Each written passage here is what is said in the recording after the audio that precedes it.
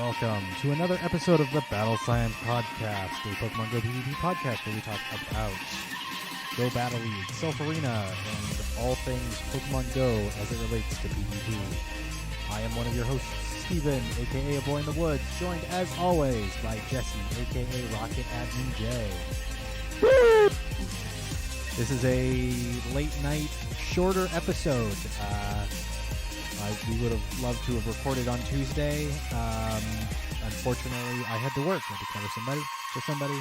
And then on top of that, we didn't get the Silph November announcement until 5 o'clock today. So we're squeezing it in here in the evening before Jesse has to turn in and after the November meta. So we're going to squeeze some stuff in here. We've got an hour. Let's do it. Let's juice this time. Let's get this minute juice. I don't know. Minute Maid? There's a The date of today's recording is October the 21st. Yep. This is the last episode for the month of October. When we come back, it'll be November. Nope. So oh no, you're right. I'm thinking weekly. We're not weekly. We could be weekly, but we're not weekly. So in today's episode, we're going to cover a lot of stuff that's happened over the last 2 weeks. More specifically, over the last few days, they've seemed to have dropped bombs of information upon us. Yeah, like what happened with last week? Was last week just like nothing happened? Because I don't remember anything last week. And then all of a sudden, they just start dumping everything. Go, okay, here you go. I guess the rocket event happened, and we kind of saw that coming. The rocket egg event. Yeah, we talked about. Oh God, that's not even in our docket here. Because you and I looked at that article about the spring event, and we're like, why is it referencing some weird stuff here? And it was talking about rocket and eggs and 12K eggs, and I don't know if we really want to dedicate the time to talk about that. Do we want to No. It doesn't have much to do with PvP other than that's how you get Mandibuzz right now. Yeah. Which thankfully it does come out of eggs under Great League. The level it requires. Yeah, that's true. That's the one, like, thank goodness. I guess the problem is you have to find somebody to if you're looking for great IVs, you have to find someone that also has hatched it and then trade it. But the benefit is League. Yeah. But the benefit is realistically I think even with trading, if its stats go up, it's still under Great League. So even if it doesn't get, like, it hatches at what, 20? And roughly. What's its level for? I'd have to look it up. What its level is for Great League, and I think it's like probably 25 plus. So there's not a whole lot of worry there. So that's nice. It's kind of refreshing. Besides the fact that it's stuck behind a 12K egg that you have to jump through multiple hoops to get to. Yeah. I think everybody's had enough of those. Yeah. We've had a week of them and we're done. All right. So first up on our docket of the news roundup, updates to Mega Evolutions. This is from October 15th on PokemonGoLive.com. 2 little bits of information as far as Mega Evolutions. Were updated just in time for October Community Day. The duration of that Pokemon stay, their Mega Evolved form, has doubled from 4 hours to 8 hours. So realistically, I'd have to double check how long the Portland Mega was, but realistically, 8 hours should cover most tournaments. Most live tournaments. And that's only if they're eligible within Silph tournaments. Right, which so far they are not. Yeah, they have consistently not been. We'll talk about November's meta, but they're not eligible in October, and they are also not eligible in November either. So changing it from 4 to 8 hours, what does that mean? It's a double-edged sword. It means that you'll have a Pokemon for a full event if you're going to use it. So if there's another Rocket Takeover, or if you want to go out and just do gyms and raids for a day, that pretty much covers you for that. But you are stuck with one Mega Evolution per those 8 hours. So choose wisely. Or, coordinate with your community if you need. Yeah. Yeah. For the bonuses and raids, you only need one person needs to bring one mega. Yeah. So realistically, like that's not bad. So Right, but if it's something like it's a weekend with multiple raid bosses, and you want to, like you said, just coordinate with your group, coordinate with your community. If they, like, for some reason were to bring back the 3 legendary beasts as a raid weekend, maybe 1 or 2 of the megas can cover both of them, but not all 3 of them. yeah, because moveset wise, Swampert doesn't have a whole lot of ground. Well, it's got Earthquake. So although we don't even have Mega Swampert, duh. Not Yeah, I yet. don't even know. I don't know. What am I thinking? Second update to this is the cap for Mega Energy has increased from 999 to 2,000.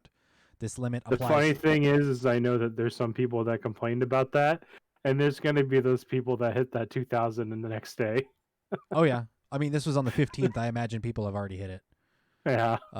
This limit applies to each individual type of Mega Energy, not the total amount of Mega Energy you have across Pokemon species. So then, I guess technically the cap of Mega Energy you can have across Pokemon species is 2,000 per Mega that is currently released, which is So for Mega Charizard, that's 5. 4,000 if you consider them two separate. Oh, does it? I believe it does. Interesting. Well, the Mega Energy collected for Charizard, I think, is shared.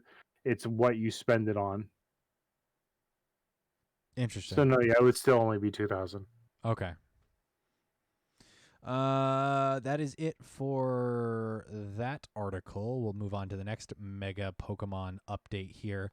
Mega Venusaur leaves Mega Raids on October 23rd, plus take a sneak peek at some Mega Evolution updates. Friday, October 23rd, Mega Gengar will be available to battle in Mega Raids, and Mega Venusaur will be leaving Mega Raids. Then Mega Venusaur will be appearing more frequently.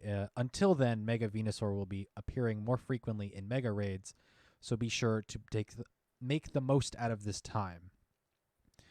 Here are That's some. them saying not enough people were doing Mega Venusaur. We're taking it away. Or just saying, hey, we need to rotate stuff because we can't have, 7, 8, 9 eligible Mega Raids going on at the same time. I can't remember the user, but one Twitter user replied to their post and saying, "Why not lower the Charizard rate since there's 2 of them?" Yeah, that's because the energy is the shared. Oh, that's definitely a solution. Let's see. So, here are some other ways you'll be able to earn Venusaur Mega Energy. You'll be able to earn Venusaur Mega Energy by completing select field research tasks, which is cool. An upcoming event in November will feature timed research and reward Venusaur Mega Energy. I know doing the Charmander Community Day, the $1 was it the $1 pass, or was it the $1 pass gave you a bunch, and then there was just timed research that they gave you that gave for you everyone to do. For everyone, that just gave you a ton of Charizard Mega Energy. So I imagine we'll get something similar to that where we just get a bunch of Venusaur Mega Energy. So yeah. I'm sure it's what, the 200 for the first time to evolve and then 50 thereafter. Venusaur is probably going to be one of the best late game grass types if they ever allow it to be something in PvP. I definitely think it's worth getting a few if you want to have some left over. Venusaur has been very dominant in PvP in general, just with how quick it can get Frenzy Plant off and the coverage it has with Sledge Bomb. Mega Evolved Venusaur, if it ever is allowed in PvP in either Masters or Ultra, could still just be just as big a threat because not many grass types get that high. So it's something to consider if it becomes harder to obtain candy for in the future. Maybe have a little bit extra in your pocket while you can. I actually haven't gone through any of this, so this next paragraph is actually pretty interesting. In early November, there will be updates to the Mega Evolution feature. You'll be able to do the following. Earn Mega Energy by walking with your buddy Pokemon if you have previously Mega Evolved a Pokemon in your buddy Pokemon's evolutionary line. So if you've Mega Evolved a Venusaur once, if you walk a Bulbasaur, you will start getting Mega Energy from that. Earn additional candies when you have an active Mega Evolved Pokemon and you catch a Pokemon that shares a type with your Mega Evolved Pokemon. You will also earn additional candies when catching a raid boss, regardless of its type. That's interesting. And then see trainers on your friends list who currently have a Mega Evolved Pokemon, which is neat, I guess, but It's nice that way you can know. I mean, if it's just the Mega symbol, then there's no way to know what they have Mega Evolved. But if it puts like a little icon of the Pokemon next to their name, that'll definitely help with raids and stuff. yeah. And that completes that piece of news. Let's move That on. Mega news. The mega news is complete. Let's talk about the Pokemon Go special weekends, as sponsored by Grubhub and Verizon, respectively. Barring our personal opinions so far, let's see. Where do I want to begin in this article here? I don't want to. It's okay. How you get the quote unquote tickets to get these events are kind of abstract, and I'm not gonna read these as a guide. If you want, explore it more. Apparently, don't quote me here. The Grubhub event tickets are already expired, not expired, but they've reached the limit or something. I didn't know they had a limit. I don't know. Go to the article, PokemonGoLive.com / or I'm looking at it in English. PokemonGoLive.com/en/post/Grubhub-special weekend 2020/ for more information, or just look up Pokemon Go Live's Grubhub. You can get access to an event-exclusive timed research and special Pokemon attracted to Incense on Sunday, November 8th from 11 to 2 of your local time anywhere in the United States. Upon ticket redemption, players participating will receive an exclusive event badge. So the features of this Grubhub event are a timed research to earn 3 Incense, a Star Piece, 100 Charizard Mega Energy, as well as encounters with Chansey, Spoink, Mawile, Bronzor, Gibble, and Swaddle. The following. So those are research rewards. Yes. You will get, I assume, individual, single encounters with those. Opportunities to encounter, yeah. The following Pokemon will be attracted to Incense during the event: Bulbasaur, Charizard, Squirtle, Pikachu, Unknown G, Unknown H, Sableye, Patrat, Minccino, and Ferroseed. If you're lucky, you might encounter a shiny Ferroseed. So this is the first event where shiny Ferroseed is released. Please note that Shiny Unknown will not be appearing during this event, which is they had to state that. which is an interesting caveat there. I think at some point Shiny Unknown needs to be released, unless they do the Meltan where it only comes out in particular events, which is rather, I don't know. That's a poor decision, but I don't work on the game. And then Incense activated during the event will last for 1 hour. So they will refund you the 3 Incense. You will come out a net 0 if you complete the timed research. And you use your Incense. How you get a ticket, again, I won't really go into that because it's a process, and look it up yourself. And then what we have as well is, I believe, I haven't looked at the details, more or less the same thing, but for Verizon customers, which makes me a little salty considering I work for T-Mobile. So I don't know. You should speak with Proto Man. They just changed last week from Verizon to T-Mobile. Oh, how do you think he feels? Yeah, How's it going, Maverick? Literally last week we had a VP in store. So had I known earlier, I would have been like, "Hey, you guys should partner with Pokemon Go." That would have been very inappropriate for that store visit, but let's see where to begin on this one as well. So the Verizon event is somewhat similar. Same encounters, same spawns, same rewards. Mm-hmm. The only difference is theirs is on Saturday, whereas Grubhub's is on Sunday. That's interesting. And in addition, if you scroll down on the Verizon page a little bit more, you can unlock new costumes for your avatars with Verizon as long as you can verify that you have an account with them. And you get Unknown V and Unknown Z rather than G and H. Yeah. No shiny unknown in that instance.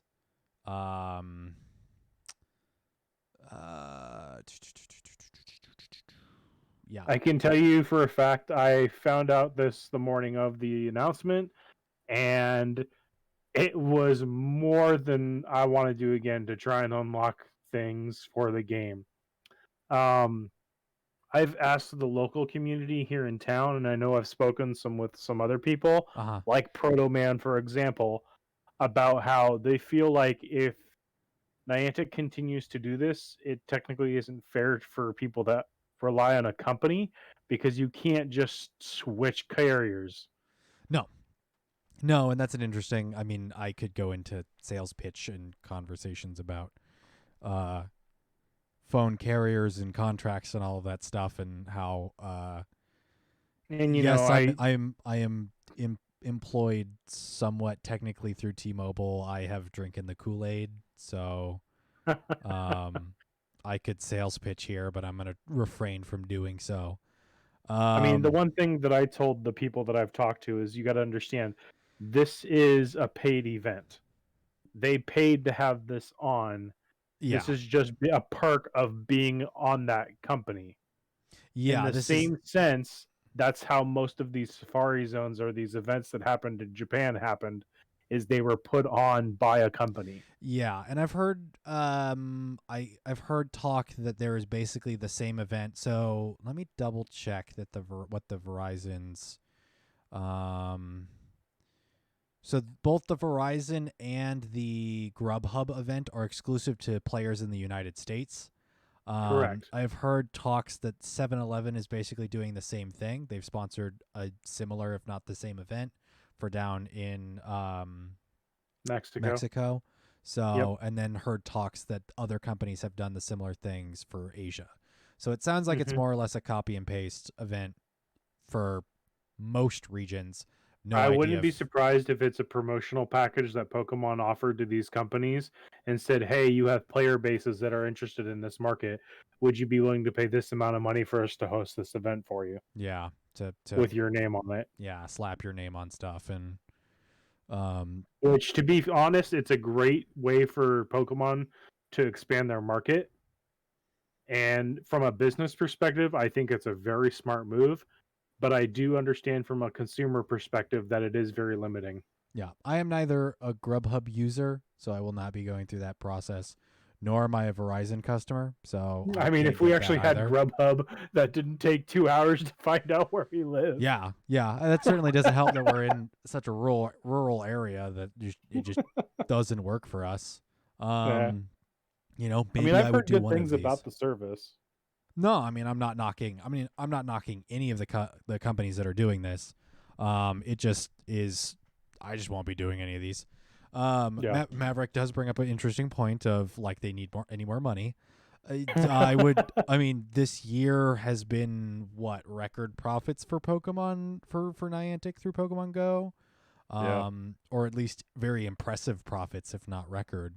I think it's interesting to see how much they're expanding as a business in this year alone versus the last couple of years. Yeah, because it's a live service game and they have to continue funding development, and if events don't make enough money, but if they want to grow and stuff, they have to find other ways of revenue. Other outlets. Other outlets. And as long as this doesn't get egregious, it seems a little odd to have these two literally back to back. But as long as we're not getting like, maybe if we had like once a month a sponsored day by a company, I would think that would be okay. As long as it's not like every other event. I do want to comment on the costumes, the face mask and the Verizon coat, whatever you want to call it. Yeah.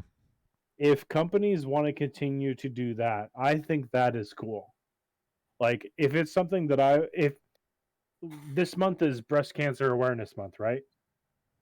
I If they believe so. wanted to do something where you could buy an avatar item and all proceeds would go to that organization, I would totally be down for that. Oh yeah. Yeah, actually, But I would love to see. and that's just cosmetic. There's nothing that makes or breaks the game because of that. Yeah, actually would love to see some Pride stuff that would like benefit the Trevor Project or something. Yeah. In I believe July. Yeah. Please tell me if I'm incorrect as far as what Pride Month and stuff is. And I'm kind of surprised we don't see other crossover stuff here. I mean, we've seen what was the long champ a couple weeks ago.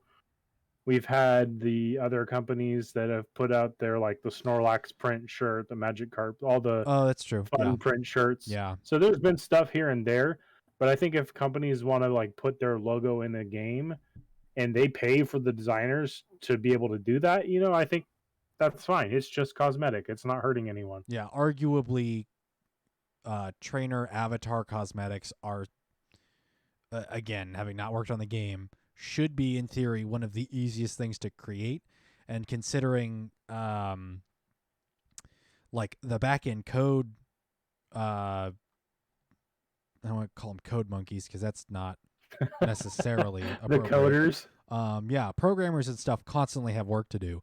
The artists don't always have a busy schedule because they're drip feeding content, they're drip feeding Pokemon.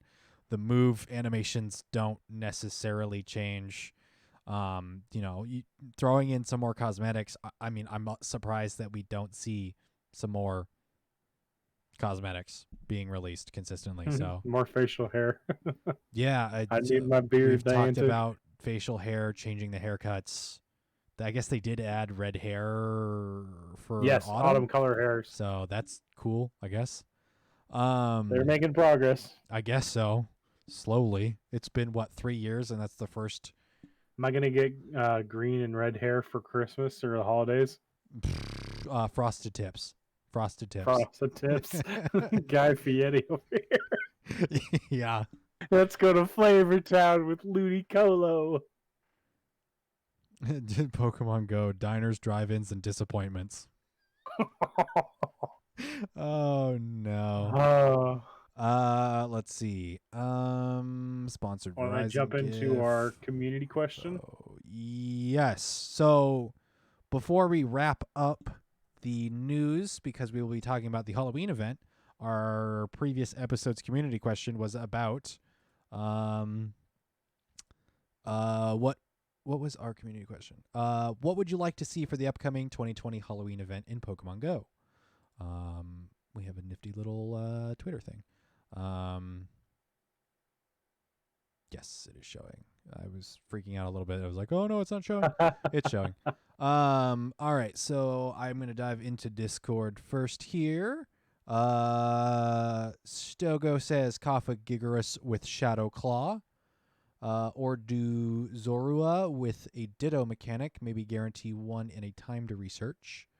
I don't remember. So for that one, it has the ability Illusion. When you use it in the main series games, it mimics the appearance of one of your benched Pokemon. So you could have a Dragonite on your team, and you send it out first, and they might assume it's Dragonite. It takes that form until it is hit, and then once it's hit, its true identity is revealed. Interesting.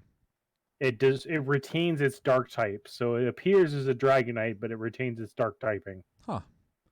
Kyle Undead says Shiny Spiritomb. Winston the Champ. I think Spiritomb is a give in at this point. Let's see. Definitely past time to release Zora and Volibee. That's funny. We got Volibee in the Rocket event. And more Rotom forms, because Rotom is technically a ghost type.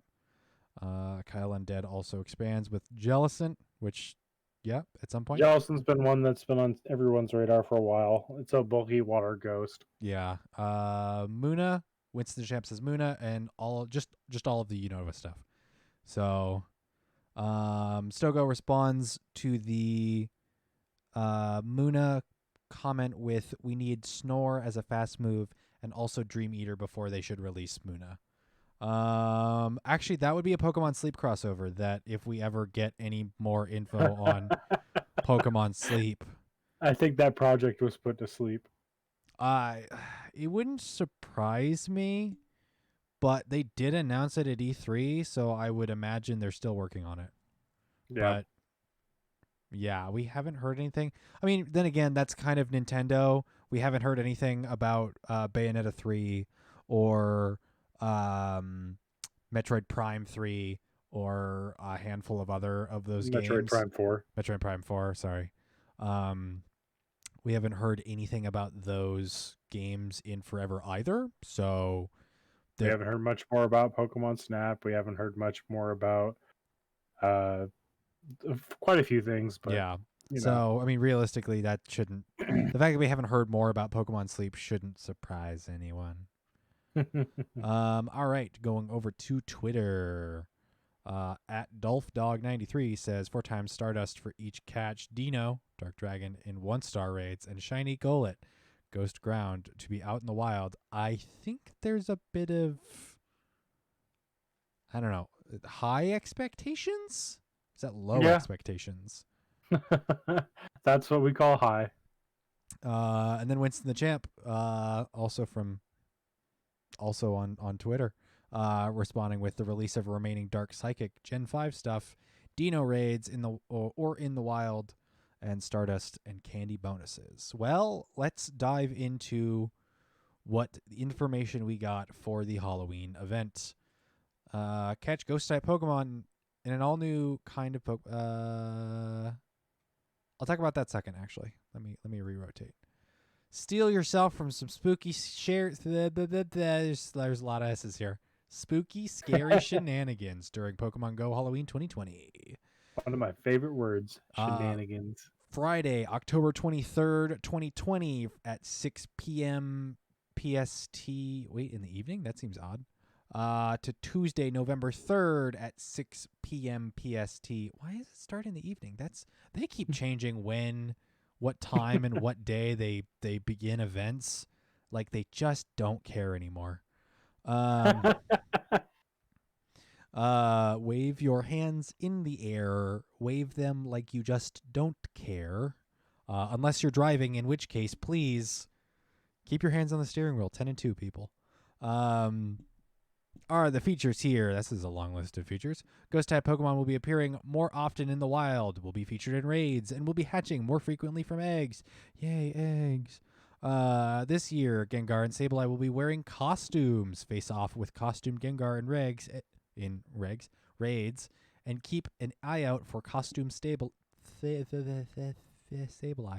in the wild. It may even hatch from an egg. Gross. Did we mention that costumed Pokemon can't evolve? They also can't Mega Evolve. That makes us all very happy and warm inside. In these trying times, would you like a costume? Yeah, this. I was so excited that I was like, "Oh, cool! They can still. They don't evolve." And then Jesse pointed out they both Mega Evolve, and I was like, "Yes, they do," which means it sucks. No, they don't. I'm very disappointed. But it has a cool hat. I mean, Gengar with the like Frankenstein-esque looking is a cool costume. So, are you aware of what the costume is supposed to be? Is it a reference to the anime? It's a reference to Mega Bayonet. Oh, interesting. Huh. Which we won't be getting here, I don't think. Not this one. Maybe next year. Let's see. Galarian Mask will appear in Pokemon Go for the first time. Complete the new Halloween 2020 special research, A Spooky Message Unmasked, to help Professor Willow uncover the mysteries surrounding this Pokemon.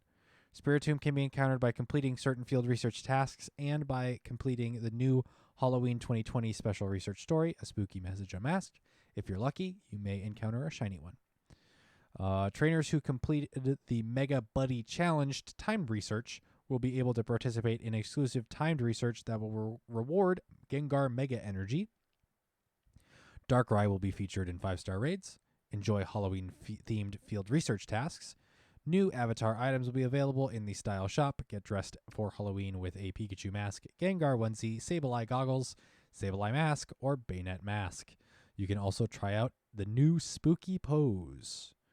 Keep those eyes peeled for the Creepy Crate Boo Bundle and Pumpkin Pack boxes in the shop.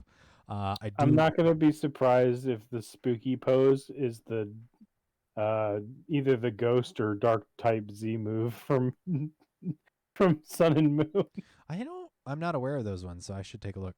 This might be interesting. Honestly, if it's just somebody doing a peekaboo, I would also be okay with. I appreciate the alliterations on the box, the boxes here. Creepy Crate, Boo Bundle, and Pumpkin Pack. I don't know. It's the little things sometimes, so Let's just hope they look cool. And actually have good stuff. I imagine they would. I mean, I imagine they'll look cool. I can't guarantee that they'll actually have stuff that people care about. So who knows? Take a snapshot. A couple things to point out. Spooky surprises. They say Darkrai will be coming back. Dark Void, its signature move, was found in the master data. Not sure if it hasn't been officially announced yet, so keep your eyes on that. It also has been shiny before, so it's not hard to believe that it won't be shiny again. Darkrai as a Pokemon is one of the strongest dark types in the end game. Is it great? Not really, because it's still got that mythical tag, so you can't trade it. So Weird. Granted, you're only trying to get the perfect anyway, so you know. Yeah. Did they? Does it say more? Yeah, it does. Yep. Okay, I'll let you keep reading. Yep. Bonuses of 2x transfer candy and 2x catch candy. So if you're getting Meltan, just go for it. Maverick, no. This year's Halloween event will contain a number of ways to celebrate Alolan Marowak Raid Day on Saturday, October 31st from 11 a.m. to 5 p.m. local time. Alolan Marowak will be appearing more often in raids. Has been confirmed that Shadowbone will be legacy to that day and not available afterwards. That's fine. I'll elite TM it because I don't know. Just letting players know. Yeah. It means you'd have to catch them and then trade them for more ideal PvP IVs.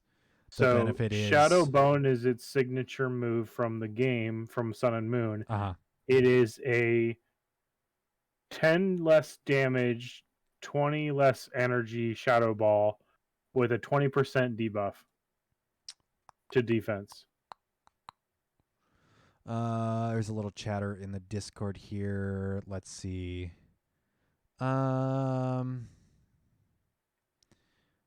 Let's see. Stogo is saying Shadowbone seems a better bait than Shadow Ball because I believe it has less energy. Yeah, it's a better bait move because you can also potentially get a debuff out of it. Yeah. Maverick, that's entirely up to you and what you're using it for. That's a great question. At this point, there's a lot of things. It's not like I can just say. I mean, one that I recently did because I was getting my butt handed to me in Master League Premier was I ended up elite TMing my 100% shiny Gyarados with Aquatail. It's honestly pretty situational. Like for me, I've used one on a relevant Venusaur because I needed one for a Silph Arena Cup or a better IV'd one because the one I had was not good. It's honestly situational, and I have basically kept all of the rest of them. I am looking at a rank 4 Charizard to make double legacy. So it has Dragon Breath, but it of course doesn't have Blast Burn from Community Day. So I'm thinking of elite TMing a second charge move to give it Blast Burn. Because why not? It's rank 4. The only question is, does that moveset actually benefit it consistently? Which I have to look into. But it's honestly like it shouldn't be what's a good use. It should be, I don't want to say it should be a hoarding thing, but like if you got them, keep them until you need them. So, love to Elite TM Shadow Mewtwo, but can't. Oh, not yet, because it still has frustration. Yeah. Yeah, we haven't had I think there's a lot of people waiting on that. Oh, yeah, I imagine so. Just I know because for a Shadow fact Mewtwo I'll be is... cleaning out a lot of backspace when I get the chance. Yeah, Shadow Mewtwo is going to look disgusting with its legacy moveset. So, all right. So, Alolan Marowak Day hasn't been confirmed to have Shadow Bone, but Shadow Bone was already in the game, and then it got pushed in update. Yeah, they haven't officially yesterday. said it yet. Yeah, it did. It got a move update in the via Pokeminers. Pokeminers caught the move update in the master file. The master file, literally on the 20th. So, yeah, yesterday. Yeah. All right. Catch Mastery Ghost Day on Sunday, October 25th from 8 a.m. to 10 p.m. local time. Ghost type Pokemon will be appearing more often in the wild, and there will be event-exclusive timed research available to complete. I will go over to that article here. Halloween is right around the corner, and Ghost type Pokemon will be appearing more often. It's time to put in your catching skills to the test during Catch Mastery Ghost event. Drifloon will be appearing more often in the wild. If you're lucky, you might encounter a shiny one. Its shiny has already been released, and it is gold. It is cool. There will be exclusive timed research available only during this event. Complete event-exclusive field research tasks to encounter Ghost-type Pokemon and earn Gengar Mega Energy bonuses. During this event, you'll earn additional XP when catching Pokemon with nice, great, excellent, and curveball throws. If you need XP still, go do it. Go get it.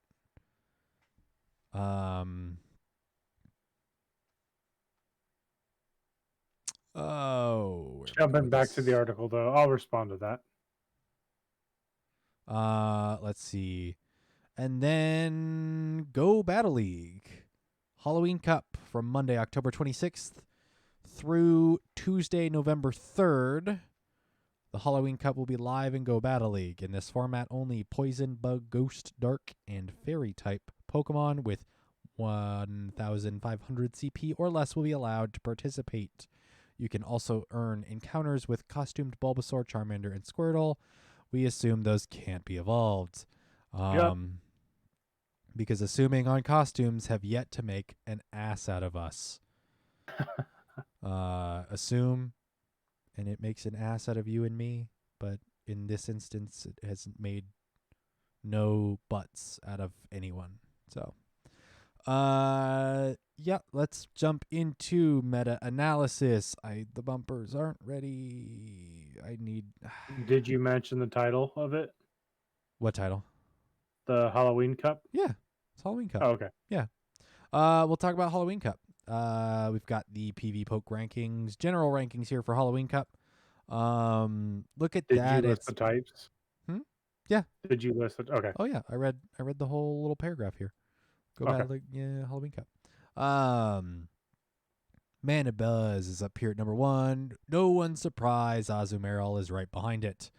Galvantula, Shadow Beedrill, Golbat, Zweilous, Marowak, Alolan, Mawile, Frostlass, Swalot, Mawile Shadow, Umbreon, Scizor Shadow, and Golbat at 15. Top 15 rankings, and even below are things that honestly shouldn't surprise anyone. I don't want to say I'm like, I don't. I've never been really excited to play in Go Battle League, especially during events. I mean, events neither increase nor decrease my excitement to play in Go Battle League, I guess. So, I've yet to find something that I'm just truly excited for here. Mandibuzz is an interesting addition here up at top. It is a bulky... it is a usable version of Honchkrow, I should say. Hey, come on now. Take that, Honchkrow. What are you going to do about it? Tips Fedora. Tips Fedora and walks out the door. I'll see myself out. Air Slash, Foul Play, and Aerial Ace are its preferred moves, but So Snarl it's is being actually used as a flyer as a flyer, but it also has Snarl, which is fantastic. for those sick gains. Yeah, it also has Shadow Ball and Dark Pulse, which arguably Mandibuzz is great. It's great. So that Get cracking moveset, if you want to get one. yeah, Air Slash is isn't it it's technically the best flying type fast move we have. The Until we most get Gust. the most serviceable. I mean, even when we get Gust, its energy gain's not great. It's a No. confusion clone, so Air Slash is Yeah. going to be the preferred here. Um, Aerial Ace is the fastest. Flying fast charge Flying move, yeah. flying charge move. So that's preferred. I'm not entirely sure why Foul Play is above Dark Pulse. I don't know the stat comparison there as to why Foul Play is above. It also has Shadow Ball, which I don't think gives it any additional coverage. I But think we it's just know, general damage and neutrality against things yeah. that would otherwise resist it. And then having Snarl, it can get to moves incredibly quickly. So, and Mm-hmm. then with its more bulky typing, Mandibuzz is again arguably fantastic. Yeah. Try and go get yourself one because that's of It's Volibee gonna because be a it's top. It's gonna be another G Stunfisk. uh,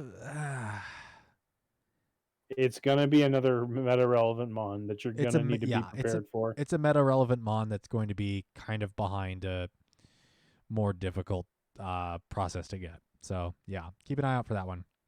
If you have Azumarill, any casual players that don't know what they got, try and get it from them. yeah. Azumarill at number 2. No one should be surprised here. I am just the most excited for Azumarill to show up again. I can Galvantula, hear it in your yeah, voice. Galvantula at number 3. With the lunge edition, it certainly helps it. We'll talk about Galvantula here in a couple minutes again. Actually, most of these again. Yeah, It's actually arguably kind this of is a impressive pretty, how much crossover there is between this and the one that we're going to talk about. yeah. There's a surprising lack of water here comparatively, but I think that's mostly just because the Spooter scares them off. well, there aren't a whole lot of water available Well, in water's not an available type either. Halloween, so but Yeah. we'll talk about where water is available in the Silph meta. Um as far as teams of 3, I don't have recommendations because of how absolutely bonkers random GBL can be.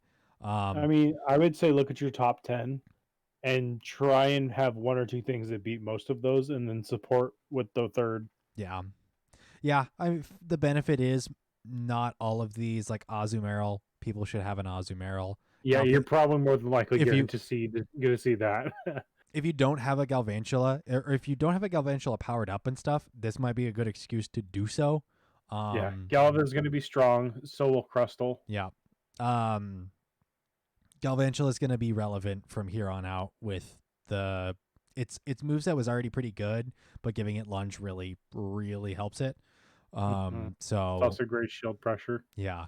Beedrill hasn't been incredibly relevant, but with Drill Run, it will certainly help it.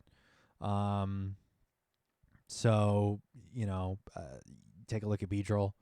Zwellius is one that's not great at getting, or not an easy get.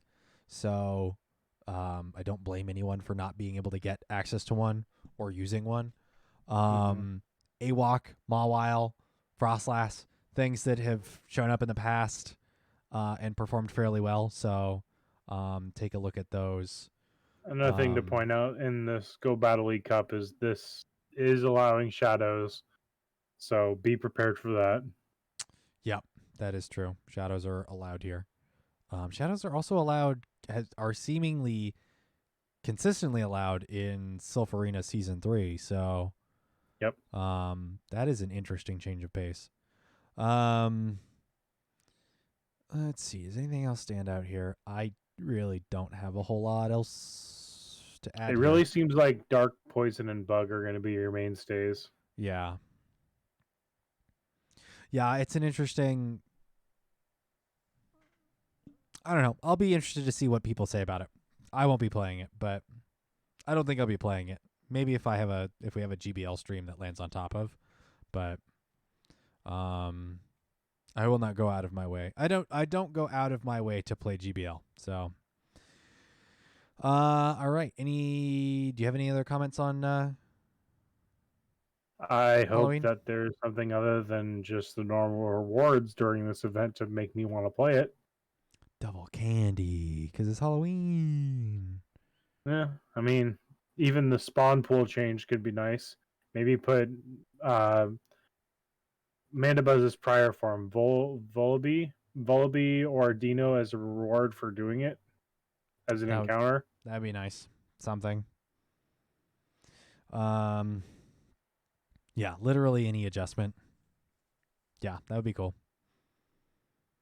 Make that available for all ranks.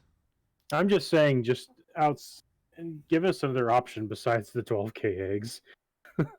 Yeah, I would appreciate because it more has options. one thing we didn't cover in the news that neither of us are really excited for was that Dino has now been put into 12k pool. It's been removed from 10Ks and thrown into 12Ks. Yep. Yeah, that's unfortunate. Moving on.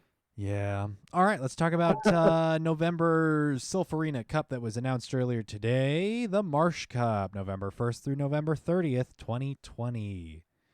Let's see here. Marsh Cup. Available types: poison, ghost, bug, grass, and water types. Okay, I really want a non-water, please. Can I have a non-water meta, please? Tropius, Abomasnow, and Megas are banned. Shadow Pokemon are eligible here, as we were making a comment earlier. Thankfully, as well as legendaries and mythics. Ooh. I mean, if you want to run Genesect, go for it. Be my guest. I wouldn't recommend it. Trying to think of what else is eligible within the Suicune is eligible. The lake spirits. The technically. Lakes, those are psychic. They're not allowed. They're not water? No. Well then, forget I said anything. I'm trying to think of what else. I'm trying to think of what else. As far as the legendaries, Virizion. No, it's not relevant. It can't technically get that low though. Yeah, it's not unless relevant. you somehow get stupid lucky. That will not be relevant at all. Don't worry. What else have we had in the past? So Suicune.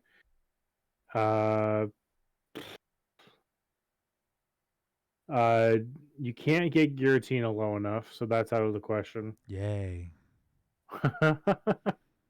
Thank goodness. Thank goodness. But yeah, just know that those are available options to consider. Righty. Let's take a look, because there aren't anything. Nothing officially has really changed. The remote only still, no in-person tournaments. Yep. Teams of 6, pick 3. Great League only. I'm looking at the whitelist of eligible Pokemon, just for anything Legacy that stands out Dugong here. is allowed. Yep, Legacy Dugong is allowed. The benefit is it doesn't look like it trounces the meta entirely. Mm-hmm. So I appreciate that. Celebi was another one. Yeah, Celebi would be interesting, but I don't think it stands out entirely here. So Giratina, Kyogre, and Virizion are all allowed, but I don't know how you get those. Hacks. Yeah, the two forms of Giratina are here. Can you get a Palkia low enough? I don't know. I don't think you can. That's bizarre. Okay. I think it's just they put Hey, in those types and that's what came out. it's your favorite uncle that you only see on Thanksgiving and Christmas. Dugsdale Dimmadome. Tugsdale Dimmadome. Galarian Wheezing. Just remember it only has tackle as a fast move. AKA, please don't use it. You'll regret it. Just like I regret running a normal cast form instead of a Vigoroth in Jungle Cup or Forest Cup? No, Jungle Cup all those years ago. Make intelligent decisions. Don't be me. All right, so we said we were going to talk about Galvantula again. To no surprise, Galvantula beating grass, beating water, and then beating, what else would it beat here in the core? Does it beat ghost type? Not really. I'm trying to think Depends of on what the ghost bug. type. What else bug beats here? What else its types beat out? I guess it depends on what the other typing is, really. Yeah. It can beat out flyers. So if something's got a bug flyer, that flyer is not going to resist the electric there. So that's a little unfortunate here. It basically counters its counters. Yeah. Galvantula is ranked number 1 here with a 95.4 score. Volt Switch is its preferred fast move, and then Discharge and Lunge. It does still have access to Energy Ball, Cross Poison, and Bug Buzz. I think Energy Ball being the one serviceable move here. But Discharge and Lunge, I think, just put it in the right role. That I don't know. Switching one or the two out for Energy Ball would definitely. You can play some mind games. It's not going to benefit you anything. Yeah. For the energy cost of Energy Ball versus the other two moves, nah, fam. You just want to spam. I think the biggest thing here, its key wins, Mantine, Driftblim, Dugong, Fortress, and Pelipper are all above a battle rating of 600. 600 or 700 is the average. So they're sizable wins. But the interesting thing about its key losses is that the key losses are near ties, basically. Gengar, Haunter, Alolan Muck, Wormadam Trash, and Shadow Jumpluff are all not even below 500. So realistically, its key losses aren't even losses. I think the only things it really loses to are things that straight up wall it, such as your Mud Boys or Crustle. Yes. Worst to best, it has a absolute a battle rating of 179. Its number 1 opponent is Crustle. Whimsicott is number 2. Alolan Marowak is number 3. Why are its key losses things that are tied? Because those are the more things that are consistent and relevant. The things that are beating it are not. I'm surprised. Well, but why isn't Alolan Marowak something as take diverse for example as it, Crustle? Look where Crustle places on the list overall. Let's scroll down and find Crustle. I don't see it at 34. That's interesting. It only takes the key losses from like the first 30 or something. Mm-hmm. That seems bizarre. That seems really bizarre. But that's why it's not as its premier opponents, essentially. Huh. Where AWOC has got to be higher, though. You could also just search it. That would be intelligent. You assume I have intelligence.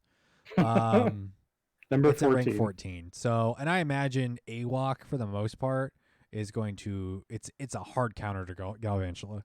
It's a hard counter to the bugs and to somewhat of the grasses. Yeah, I imagine that's going to be a nice. Not to mention the Bone Club is a nice little smack against the bug for neutral damage. Yeah. I don't know usage-wise with Shadowbone. We'll have to sort of wait and see how that plays out and what the moveset looks like. So Because I don't think that That might change its Shadowbone. ranking too once we get it added. Yeah, yeah, because it's not in an eligible move since the it's not out and that those stats aren't final on Shadowbone. It's not an Right. eligible move in PV Poke. So yeah, that will probably adjust Alolan Marowak's usage. If you wanted to talk about team compositions, I did send you that nice graphic from the guys over there at guys and girls at the Go Stadium. Yes, you did. I believe I saw this on Twitter as well. I'm gonna take a peek at a little bit more of PV Poke. Make sure we hit Bug Steel. They're gonna be key here. There's some water. Thankfully, Azumarill's at rank 30. You'll probably still see it, but it's not Azumarill's going to not be. liking this cup too much. Yeah, you'll probably still see it, but it does have Ice Beam, so it can counter Bug and Grass. But in the grand scheme of things, and it can counter some Flyers. In the grand scheme of things, there is Poison for it to contend with. Golbat is definitely not one of its friends, so nor is Alolan Muck.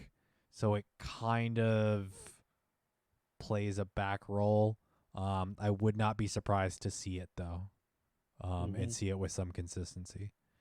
Let's see, and don't forget about the water. I would really love to see more metas without water. Having an entire meta in October, and probably next episode we'll talk about our thoughts on what's the current meta? Help me out. Sunrise. We'll probably talk more about our thoughts on Sunrise, but having an entire meta basically around Mantine, I would greatly appreciate a meta that just doesn't have waters, so I can forget they exist for a little while. Please give me a reprieve. I'm begging you. Steven, remember to drink water. Stay hydrated. Stay hydrated. Every time I drink water, I remember about water type Pokemon. Refreshing. Refreshingly painful. All right. Let's talk about the Marsh Cup early team guide and within the next 4 minutes, so Jesse can get a good night's rest before going to work tomorrow. Spooter, in your slot 1. I love that they put Spooter. Galvantula has a few hard counters and a versatile moveset to keep you guessing. Fear the Spooter. Yes. Honestly, I hope it doesn't become like a 100% usage. I hope there's a little bit more variety. But Galvantula's performance has shown itself before. And even when even if it really hasn't, it still performs fantastically. I love Spooter. There's no reason, if you don't have a reasonable Galvantula, to not power it up, or Joltik to evolve it, power it up, give it that second move, and use it here. Mudboy or Costa, that's Caracosta, which is a regional. No, it's not. Caracosta? It's not a regional. It's just really hard to find. Oh, is it? Interesting. I thought it was a regional. Nope. The premier partners to Galvantula that also can check the Spooter. Don't assume grass types auto win either. That's because of Sludge Bomb in the case of Swampert. Quagsire has Sludge Bomb. Swampert has Sludge Wave. That's right, and then Ice Beam with Wish Cash. So Blizzard. They have Blizzard. It's too late. So they have some counters to the grass type here. Anti-Spooter. Bring a Spooter counter. Yeah, bring a Spooter counter. Some double as a anti-Whismer. Whizmacott. This decision can guide your later choices. So in this slot, you have your core of Whimsicott, Crustle, and Alolan Marowak. And then in the back, kind of not as good, you have Golurk. Golurk just kind of hanging out. Go lurking over there. Ooh. Not surprising. Golurk's release, it really doesn't shake up the meta at all. Its performance is okay. So It needs Mud Shot. Give it Mud Shot. we got the anti-Mudboy slot. Grass types with coverage moves for Galvantula are top options here. Ensure you're not too weak to Spooter or Whimsicott here. So you have Cradilly, Ferrothorn, Tangrowth, Jumpluff, and then in the back you've got your Water Ice, Azumarill, Lapras, Dugong, which I assume is Legacy, and then surprisingly enough, Water Castform. Anti-Whimsicott / Flex as your 5th pick. Whimsicott is a huge threat to Spooter and Sableye, and can beat Mudboys with 2 shields. Bring at least 1 hard counter. You're looking at Trash Wormadam,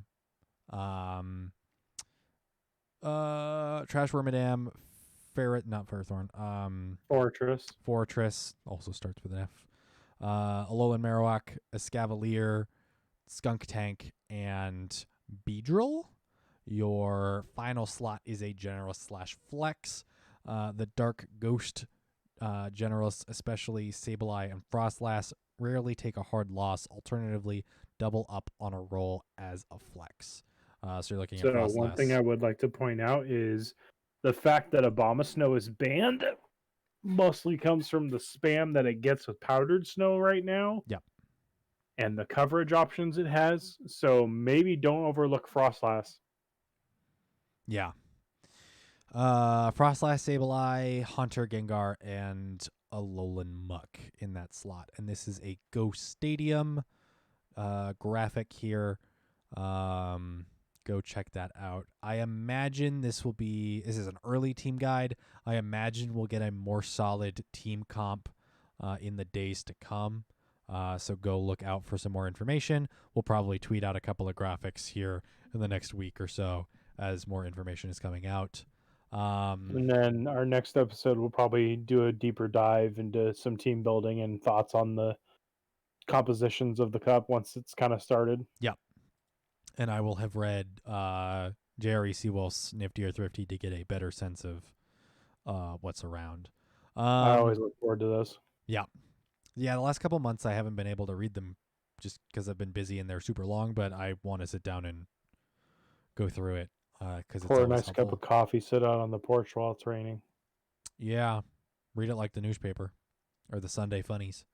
He does throw in some jokes in there, so that's always helpful. Okay. That's actually a good idea, Maverick. We need a hydrate option for Beaker Juice for the channel points. There should be a hydrate and then a dehydrate, and the dehydrate is drinking alcohol.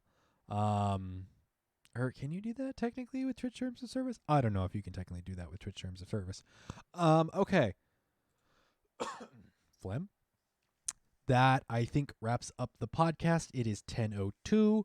This recording has been going on for just over an hour. It's late. Jesse and I both work tomorrow. We got to go get sleep. Thank you, everybody, for listening to the Battle Science Podcast. If you want to reach us... Oh, wait, we don't have a community question. Yes, you do. You asked it in the Discord. I was just going to say something. I didn't think that'd be a community question, but that works out well. It's in front of a bunch of other data mine stuff. Wait, where in the world is it? Do you need me to send you a link? Oh no, I'm looking in PvP discussion. It's in podcast discussion.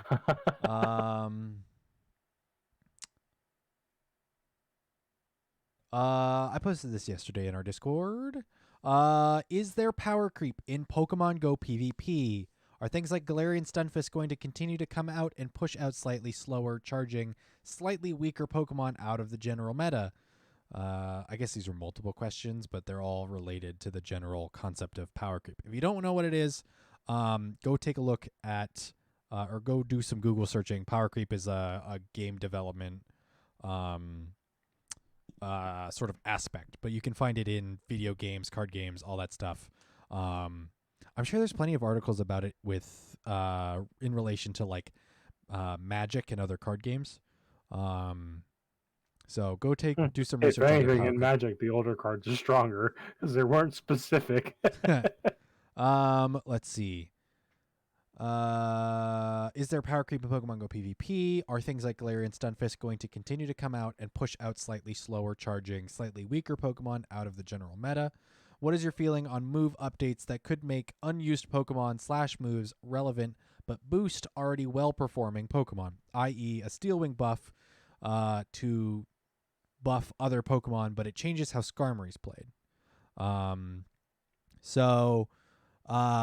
the kind of interesting thought that there are already some well-performing Pokemon that if a particular move got buffed or adjusted, well-performing Pokemon would become very successful Pokemon, and it would bring some Pokemon that just have not great moves into only some relevancy. I mean, take the Spooter, for example. The Galvantula really wasn't relevant when it first came out, but then they gave it Lunge, and now look at it. Yeah, and just imagine if other Pokemon had Lunge and it was bad before, and now meh Pokemon have a great move. So yeah. Let's hear your thoughts and opinions. What could they change? What would you like to see as a system maybe added or implemented into the game to make things that aren't relevant as on par with things that like Azu or Galvantula or G Stunfisk, things that are just reoccurringly just strong. Yeah, what do you think? Like moves, changes to We need Will-O-Wisp. yeah, changes to existing moves. So like we've seen the update to Bullet Seed and how that changed a bunch of Pokemon. We've seen Charm. Well, Charm was just added. Charm wasn't. I know, but how much beforehand. more of a threat Fairy became. Right. I'm more thinking of moves that currently exist and are just bad. So like Icy Wind initially, and then it got buffed, and now a number of Pokemon have Icy Wind, and it makes them very relevant or more relevant than they were before. But it makes things like Dugong, which was not relevant before at all, into an absolute monster. So that's kind of the. Let us know your thoughts. Yep. So on Twitter at battle_science, you can send us an email, battlescience.podcast@gmail.com. You can talk about it in the Discord, Battle Science. You will find links to that in the description of the podcast, description of the YouTube video, or in the linked as I think. Is it linked on Twitter? I should double check that. Let's see, Twitter, email, Discord. Oh crap! You know the one thing I completely and totally forgot. We're powered by our patrons. Let me do a double check. I messed up. I'm sorry. We have podcast producers, our patrons. Let me get the list of the people for October. Let's see. It looks like, I believe this is correct. Arrow and Zachary Kelly are our 2 October Patreon producers or podcast producers. So shout out to them. They pledged at a $5 a month level to get their names shout out and to play games with us at some point, which I need to ask them about dates. The work never ends. I don't mind it. It's just facts. If you want to support us on Patreon, patreon.com/battlescience. Money there goes to help improve the tech when it is required for us to do more streaming stuff. And for improved tech, pay for the Podbean bill, battlescience.podbean.com, and potential travel expenses if and when it is safe to do so in the future. So again, and I apologize, both Arrow and Zachary Kelly, to our podcast producers. November will have a 3rd podcast producer added to it. And I think that's it. And now I'm somewhat rambling. Jesse, do you have any final words? Not that I could think of. Go out there if you can. Do a whack community day. Have a safe and socially distanced Halloween. Be Yep. respectful of your surroundings. COVID's still here. Yeah. Go get candy afterwards and eat it all and get the sugar high Go and throw then candy at crash. kids. I wouldn't throw candy at kids. That's kind of rude. Just eat the candy. Buy the candy and eat the candy. That's what I'm going to do. And if you're in the US or a place that is also relevant, go vote. It's your you've probably heard it enough times, but it's a civic duty and civic duty, and you have a right to vote, so you should exercise that right, because if you don't exercise, just like your muscles, if you don't exercise it, you forget how to use it. That's kind of an analogy that works, I guess. Go vote. Be safe. Go catch some Pokemon. We'll catch you guys back in November. For more podcasting and more content. We will see you out there on the battlefield.